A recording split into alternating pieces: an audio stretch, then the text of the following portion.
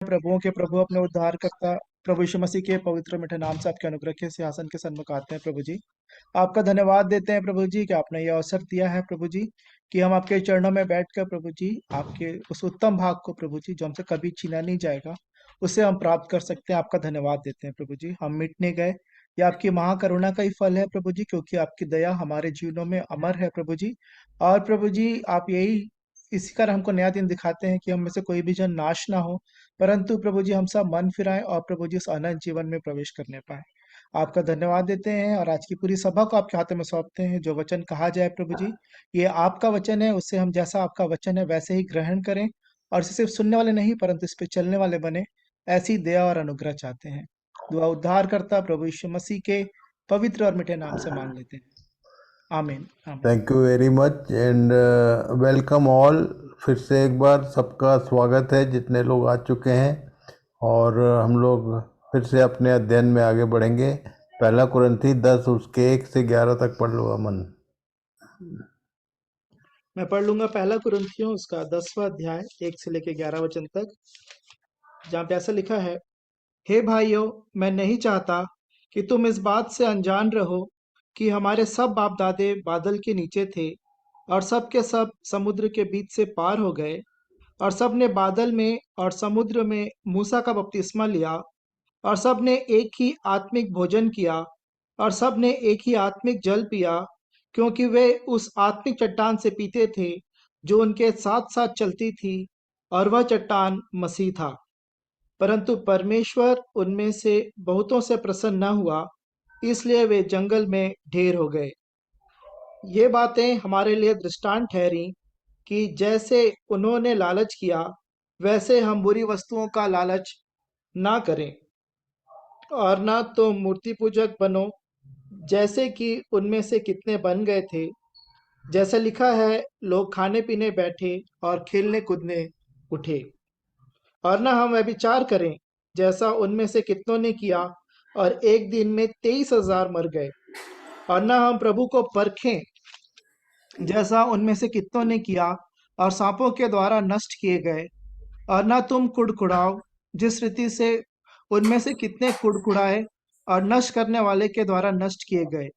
परंतु ये सब बातें जो उन पर पड़ी दृष्टांत की रीति पर थीं, और वे हमारी चेतावनी के लिए जो जगत के अंतिम समय में रहते हैं लिखी गई हैं। Thank you very much, God bless this word, और इसके द्वारा वो हमारी सहायता करें। एक बार फिर से मैंने 11 पद को स्क्रीन पे डाला हुआ है, रेचल पढ़ो। जी, ये सब बातें जो उन पर पड़ी दृष्टांत की रीति पर थी, वे हमारी चेतावनी के लिए जो जगत के अंतिम समय में रहते हैं लिखी गई है। ये की वर्ष है पूरे पुराने इतिहास के लिए, और इसलिए इस वचन को कभी नहीं भूलने का है। परमेश्वर के वचन में पौलुस ने अपनी कलीसिया के लिए, ये कलीसियाई विश्वासी लोगों के लिए, नए नियम के लोगों के लिए ये बात लिख दिया, और ये हमारी चेतावनी के लिए लिखी गई लिख रहा है ये सब बातें जो उन पर पड़ी। तो आज उन्हीं में से एक आध किसी विषय पर हम लोग ध्यान करेंगे, और प्रभु हमारी सहायता करे कि हम लोग ठीक ठीक समझें। पिछले दिनों में हमने बहुत छोटी छोटी कुछ कुछ बातों पर ध्यान किया। शुद्धता के विषय में हमने ध्यान किया, और न केवल कपड़ों की, घर की और अपने जीवन की, सब जगह परमेश्वर का वचन कहता है शुद्ध बनो, पवित्र बनो, क्योंकि जैसा तुम्हारा बुलाने वाला पवित्र है। और वो अपने आप को, वो ऐसा परमेश्वर है जो गंदगी बर्दाश्त नहीं करता है। और इसलिए इन सब विषयों को अपने हृदयों में लिख के रखिए, और एक दूसरे को बताइए, चिताइए, सिखाइए। निर्गमन 16 उसके 4 पद में क्या लिखा, पढ़ो भाई रेचल। जी, निर्गमन 16 का 4, तब यहोवा ने मूसा से कहा, देखो, मैं तुम लोगों के लिए आकाश से भोजन वस्तु बरसाऊंगा, और ये लोग प्रतिदिन बाहर जाकर प्रतिदिन का भोजन इकट्ठा करेंगे। और इससे तब नेक्स्ट उसी का आगे वाली लाइन नीचे लिखी है, इससे मैं उनकी परीक्षा करूंगा कि ये मेरी व्यवस्था पर चलेंगे कि नहीं। परमेश्वर जो व्यवस्था करता है उसको मानना जरूरी है, और तब उसने कुछ चीज़ें बोला था। उसने बोला कि मैं भोजन वस्तु बरसाऊंगा, और इसमें जो इकट्ठे करने का जो नियम था वो भी उसकी व्यवस्था के अनुरूप था। और उसके विषय में कुछ कुछ बातें यहाँ पर जो हुई वो मैं स्मरण दिला रहा हूँ, जो प्रभु ने मुझसे कहा है कि मेरे लोगों को इन सब विषयों का ध्यान दिलाना। अभी अभी पढ़े हम लोग, एक बार फिर से पढ़ लो 3 से 5। क्योंकि वे उस आत्मिक चट्टान से पीते थे। पहला कुरिन्थियों 10 3 से 5 तक। सब ने एक ही आत्मिक भोजन किया और सब ने एक ही आत्मिक जल पिया, क्योंकि वे उस आत्मिक चट्टान से पीते थे जो उनके साथ साथ चलती थी, और वह चट्टान मसीह था। परंतु परमेश्वर उनमें के बहुतेरों से प्रसन्न न हुआ, इसलिए वे जंगल में ढेर हो गए। ये बातें हमारे लिए दृष्टांत ठहरी कि जैसे उन्होंने लालच किया, वैसे हम बुरी वस्तुओं का लालच न करें। तो इन्होंने किस चीज का लालच किया था, आज इस पर ध्यान करेंगे हम लोग। पढ़ो। निर्गमन 16 से 20 तक। जो आज्ञा यहोवा ने दी है वह यह है कि तुम उसमें से अपने अपने खाने के योग्य बटोरा करना, अर्थात अपने अपने प्राणियों की गिनती के अनुसार प्रति मनुष्य के पीछे एक एक उमेर बटोरना। जिसके डेरे में जितने हो वह उन्हीं भर के लिए बटोरा करे। और इस्राएलियों ने वैसा ही किया, और किसी ने अधिक और किसी ने थोड़ा बटोर लिया। और जब उन्होंने उसको उमेर से नापा, तब जिसके पास अधिक था उसके कुछ अधिक ना रह गया, और जिसके पास थोड़ा था उसको कुछ घटी ना हुई, क्योंकि एक एक मनुष्य ने अपने खाने के योग्य ही बटोर लिया था। फिर मूसा ने उनसे कहा, कोई इसमें से कुछ बिहान तक ना रख छोड़े। तो भी उन्होंने मूसा की बात ना मानी। इसलिए जब किसी किसी मनुष्य ने उसमें से कुछ बिहान तक रख छोड़ा, तो उसमें कीड़े पड़ गए और वह बसाने लगा। तब मूसा उन पर क्रोधित हुआ।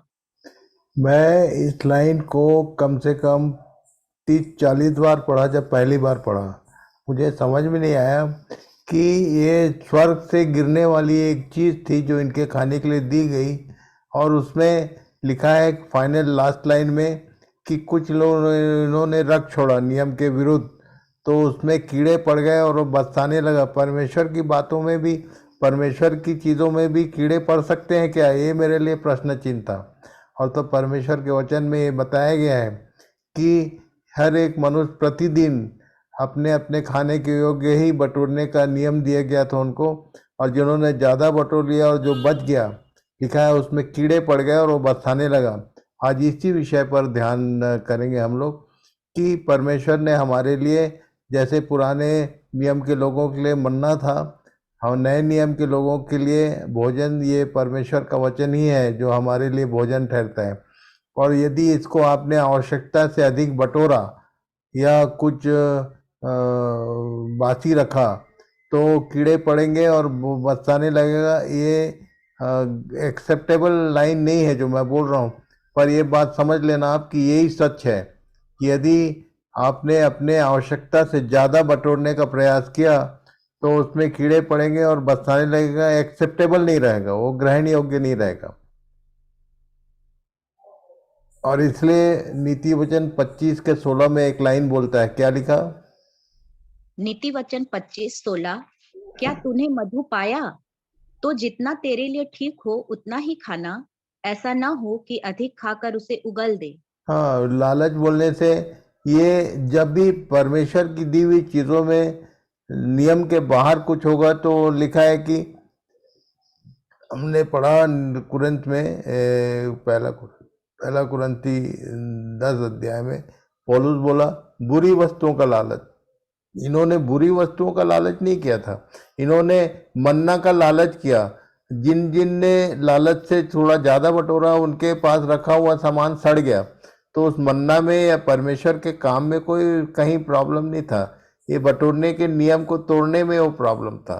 और इसलिए प्रभु सहायता करे कि रोज की रोटी रोज प्रतिदिन जितना पच सके उतना ही बटोरो और उतना ही अपने लिए ग्रहण करो। यदि आवश्यकता से ज़्यादा होगा तो परेशानी उत्पन्न करेगा आपके अपने लिए। इसलिए इस विषय को याद रखना कि मन्ना जिन्होंने ज़्यादा बटोर लिया उनके पास का मन्ना सड़ गया, कीड़े पड़ गए और उसमें उसको वो बरसाने लगा। पढ़िए। यूहन्ना 4:10।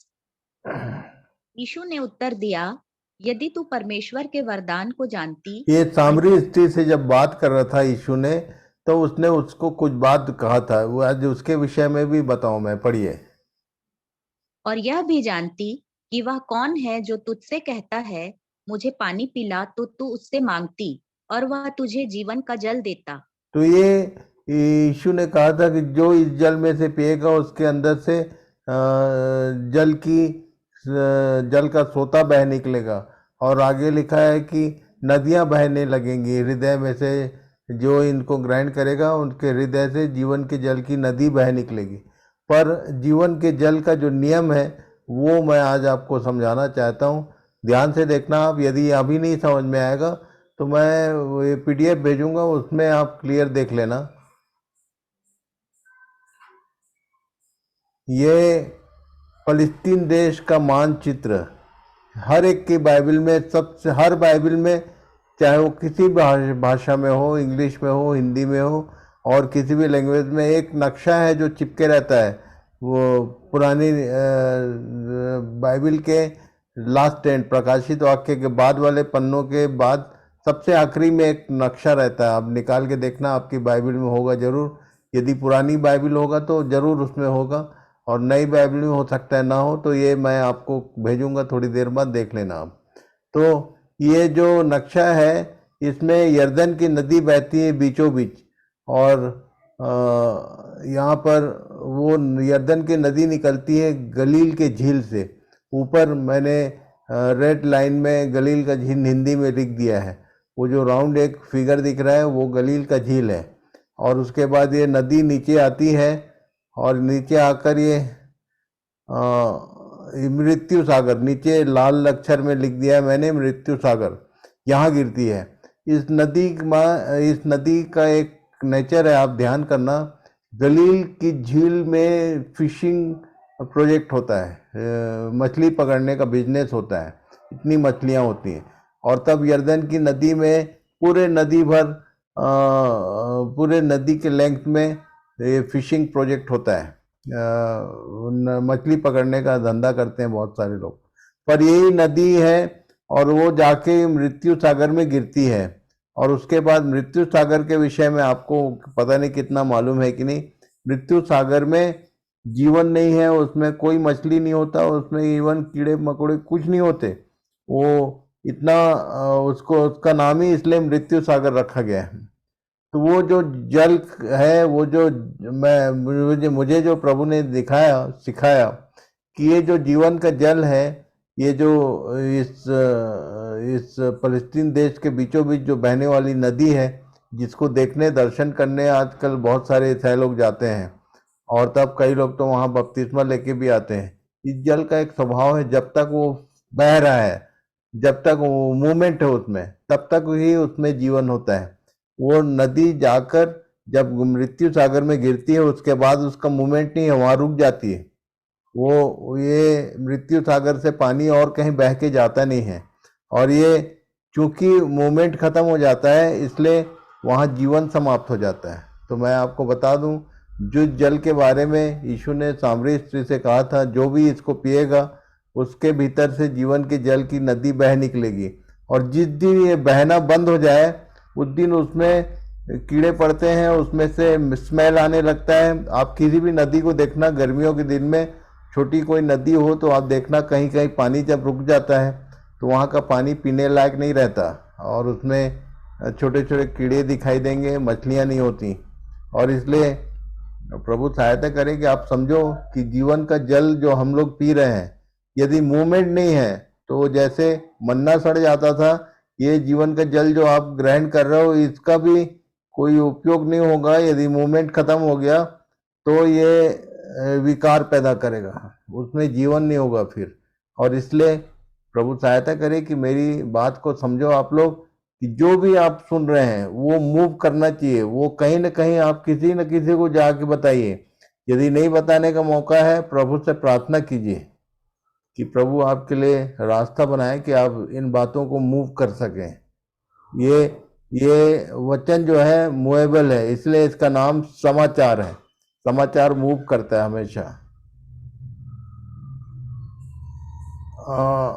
प्रमोशन पॉलिसी बताता हूं मैं आज। मत्ती 25 अध्याय उसके 13 से 30 तक। नीतू है क्या? जी अमन दादा। हाँ, पढ़ो निकाल के। मत्ती 25 अध्याय उसके 13 से 30 पद तक पढ़ लो इस लाइन से। ध्यान से पढ़ना, धीरे धीरे सबको समझ में आना चाहिए। 13 से 30 तक। हम्म। इसलिए जागते रहो, क्योंकि तुम न उस दिन को जानते हो न उस घड़ी को, क्योंकि यह उस मनुष्य की सी दशा है जिसने परदेश को जाते समय अपने दासों को बुलाकर अपनी संपत्ति उनको सौंप दी। उसने एक को 5 तोड़े और दूसरे को 2 और तीसरे को 1, अर्थात हर एक को उसकी सामर्थ्य के अनुसार दिया।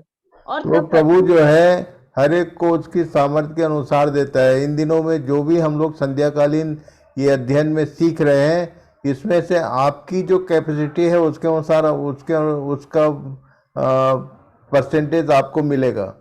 और इसलिए ये सबको एक बराबर नहीं होता है। क्या लिखा, किसी को आगे पढ़ो। हर एक को उसकी सामर्थ्य के अनुसार दिया और तब परदेश चला गया। तब जिसको 5 तोड़े मिले थे उसने तुरंत जाकर उनसे लेन देन किया और 5 तोड़े और कमाए। इसी रीति से जिसको 2 मिले थे उसने भी 2 और कमाए। परंतु जिसको 1 मिला था उसने जाकर मिट्टी खोदी और अपने स्वामी के रुपए छिपा दिए। बहुत दिनों के बाद उन दासों का स्वामी आकर उनसे लेखा लेने लगा। जिसको 5 तोड़े मिले थे उसने 5 तोड़े और लाकर कहा, हे स्वामी, तूने मुझे 5 तोड़े सौंपे थे, देख मैंने 5 तोड़े और कमाए हैं। उसके स्वामी ने उससे कहा, धन्य है अच्छे और विश्वास योग्य दास, तू थोड़े में विश्वास योग्य रहा, मैं तुझे बहुत वस्तुओं का अधिकारी बनाऊंगा, और अपने स्वामी के आनंद में सहभागी हो। और जिसके 2 तोड़े मिले थे उसने भी आकर कहा, हे स्वामी, तूने मुझे 2 तोड़े सौंपे थे, देख मैंने 2 तोड़े और कमाए। उसके स्वामी ने उससे कहा, धन्य है अच्छे और विश्वास योग्य दास, तू थोड़े में विश्वास योग्य रहा, मैं तुझे बहुत वस्तुओं का अधिकारी बनाऊंगा, और अपने स्वामी के आनंद में सहभागी हो। तब जिसको 1 तोड़ा मिला था उसने आकर कहा, हे स्वामी, मैं तुझे जानता था कि तू कठोर मनुष्य है, तू जहां कहीं नहीं बोता वहां काटता है, और जहां जहां नहीं छींटता वहां से बटोरता है। सो मैं डर गया और जाकर तेरा तोड़ा मिट्टी में छिपा दिया। देख जो तेरा है वह यह है। उसके स्वामी ने उससे उत्तर दिया कि हे दुष्ट और आलसी दास, जब तू यह जानता था कि मैं जहां मैंने नहीं बोया वहां से काटता हूँ और जहां मैंने नहीं छीटा वहां से बटोरता हूँ, तो तुझे चाहिए था कि मेरा रुपया सर्राफों को दे देता, तब मैं आकर अपना धन ब्याज समेत ले लेता। इसलिए वह तोड़ा उससे ले लो, और जिसके पास 10 तोड़े हैं उसको दे दो, क्योंकि जिस किसी के पास है और उसे दिया जाएगा, और उसके पास बहुत हो जाएगा, परंतु जिसके पास नहीं है उससे वह भी जो उसके पास है ले लिया जाएगा। और इस निकम्मे दास को बाहर के अंधेरे में डाल दो, जहां रोना और दांत पीसना होगा।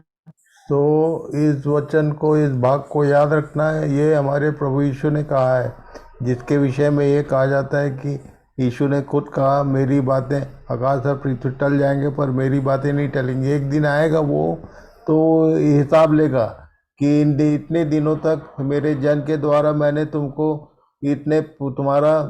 तुमको जो भी हिस्सा मिला उसको तुमको डबल करना था। 5 को डबल का मतलब ये होता है कम से कम किसी एक जन के भीतर इसको जो भी मिला उसको ट्रांसफर कर दो। तो 5 है तो 5 हो जाएगा, 2 है तो 2 हो जाएगा, 1 है तो 1 और हो जाएगा। किसी भी एक जन को पकड़ो, प्रभु से प्रार्थना करके मांगो, प्रभु मैं इसके भीतर मेरे पास जो कुछ है उसको ट्रांसफर करना, डबल करना है। और तब ये promotion policy of the Lord जो मुझे प्रभु ने सिखाया, इसलिए मैं जी जान से लगा रहता हूँ कि जो कुछ मेरे पास है वो जरूर लोगों के अंदर ट्रांसफर होना चाहिए। सो प्रभु सहायता करे, सब लोग इस बात के लिए सावधान रहो, इसको समझो कि जो भी दिया जा रहा है और ज़रूरत से ज़्यादा रख लोगे और स्टोर कर लोगे तो सड़ेगा, और वो कुछ नहीं, आपके लिए ही नुकसान का। ये लिखा है कि एक टोड़े वाले ने बोला ये मैंने मिट्टी में गड़ा के रखा हुआ था इसने। और तब मिट्टी क्या है हम लोग सब जानते हैं। ये जो आपका भजन संहिता 103 में लिख दिया, परमेश्वर के वचन में लिखा है कि परमेश्वर को स्मरण रहता है कि मनुष्य मात्र मिट्टी है। और मिट्टी के भीतर मतलब जो कुछ ये तुम सुन रहे हो इन दिनों में, इसको यदि अपने अंदर डाल के रख दिया चुपचाप, कुछ मूव नहीं किया, किसी को ट्रांसफ़र नहीं किया, हाँ तो वो आएगा तो बोलेगा कि इसको अंधेरे में डालो, इसको हाथ पैर बांधो और सज़ा मिलेगी। और इसलिए प्रभु सहायता करें, इन बातों को ठीक से समझें। और एक और लाइन पढ़ लेते हैं, मत्ती 5 अध्याय, मत्ती 6 अध्याय उसके 19 पद से आखिरी तक पढ़ो नीतू। अपने लिए पृथ्वी पर धन इकट्ठा न करो, जहाँ कीड़ा और काई बिगाड़ते हैं और जहाँ चोर सेंध लगाते और चुराते हैं, परंतु अपने लिए स्वर्ग में धन इकट्ठा करो, जहाँ न तो कीड़ा और न काई बिगाड़ते हैं और जहाँ चोर न सेंध लगाते और एक न एक चुराते। बात ये भी है, उसने बोला कि स्वर्ग में अपने लिए धन इकट्ठा करो। यहाँ जो कुछ तुमको बल मिला है, यहाँ जो कुछ तुम कमा रहे हो, तुम्हारा जो भी अर्निंग है, इसको मैं बोलता हूँ मनी एक्सचेंजिंग प्लान। परमेश्वर के आशीषों को स्वर्ग में जमा करने का तरीका। जैसे मान लो कोई व्यक्ति कहीं फॉरेन गया कमाने के लिए और इंडिया के किसी बैंक में वो जमा कर रहा है कि फाइनल आके फाइनली उसको यहीं रहना है, वैसे ही फाइनल अपने जगह पे हमारे पास धन होना चाहिए। और इसलिए प्रभु सहायता करे कि अपना तन मन धन सब कुछ लगा के अपने लिए वहाँ धन इकट्ठा करो। क्या लिखा आगे? क्योंकि जहाँ तेरा धन है वहाँ तेरा मन भी लगा रहेगा। क्योंकि जहाँ तेरा धन है वहीं तेरा मन रहेगा। यदि आपने स्वर्ग में धन इकट्ठा किया तो मन वहाँ लगा रहेगा। और आगे, शरीर का दिया आँख है, इसलिए यदि तेरी आँख निर्मल हो तो तेरा सारा शरीर भी उजियाला होगा, परंतु यदि तेरी आँख बुरी हो तो तेरा सारा शरीर भी अंधियारा होगा। इस कारण वह उजियाला जो तुझ में है यदि अंधकार हो तो वह अंधकार कैसा बड़ा होगा। कोई मनुष्य दो स्वामियों की सेवा नहीं कर सकता, क्योंकि वह एक से बैर और दूसरे से प्रेम रखेगा, वह एक से मिला रहेगा और दूसरे को तुच्छ जानेगा। तुम परमेश्वर और धन दोनों की सेवा नहीं कर सकते। इसलिए मैं तुमसे कहता हूँ कि अपने प्राण के लिए यह चिंता न करना कि हम क्या खाएंगे या क्या पिएंगे, और न अपने शरीर के लिए कि क्या पहनेंगे। क्या प्राण भोजन से और शरीर वस्त्र से बढ़कर तो नहीं। इन बातों को, ये बातें हमारे लिए नई नहीं है, ये सब हम जानते हैं, पर ये केवल जानना नहीं है, इसको याद रखना है। ये भविष्य में हमारे जीवन में ये बातें अप्लाई की गई कि नहीं, उसको देखेगा वो। जब हम वहाँ जाएंगे तब कितने लोग होंगे जो वहाँ जाने के बाद खाली हाथ रहेंगे, क्योंकि उन्होंने इस विषय पे ध्यान नहीं किया कि स्वर्ग में अपना धन इकट्ठा करना है। तो प्रभु सहायता करे। आज के दिन एक बात को याद रखना कि पानी यदि बह नहीं रहा है तो जीवन समाप्त हो जाता है। मन्ना यदि जाम हो गया, मन्ना यदि आपने ज़रूरत से ज़्यादा बटोर लिया तो सड़ जाएगा, बरसाएगा, वो किसी के काम का नहीं है। चाहे एक ही थोड़ा सा मिला है, एक वाले को 5 नहीं करना था, या 5 वाले को 20 नहीं करना था, 5 वाले को 5 ही करना है। जितना है उतना ही करना है। जितनी जितनी बात हम कर सकते हैं उतना ही करने का है, पर करना जरूर पड़ेगा। इसलिए इस नए साल में आप एक बात याद रखना, शुरू से मुझे जो प्रभु ने आगाही दी 1 जनवरी के बाद से, जब से हमारी क्लासेस शुरू हुई, मैं बार बार एक बात बोल रहा हूँ कि बी एक्टिव।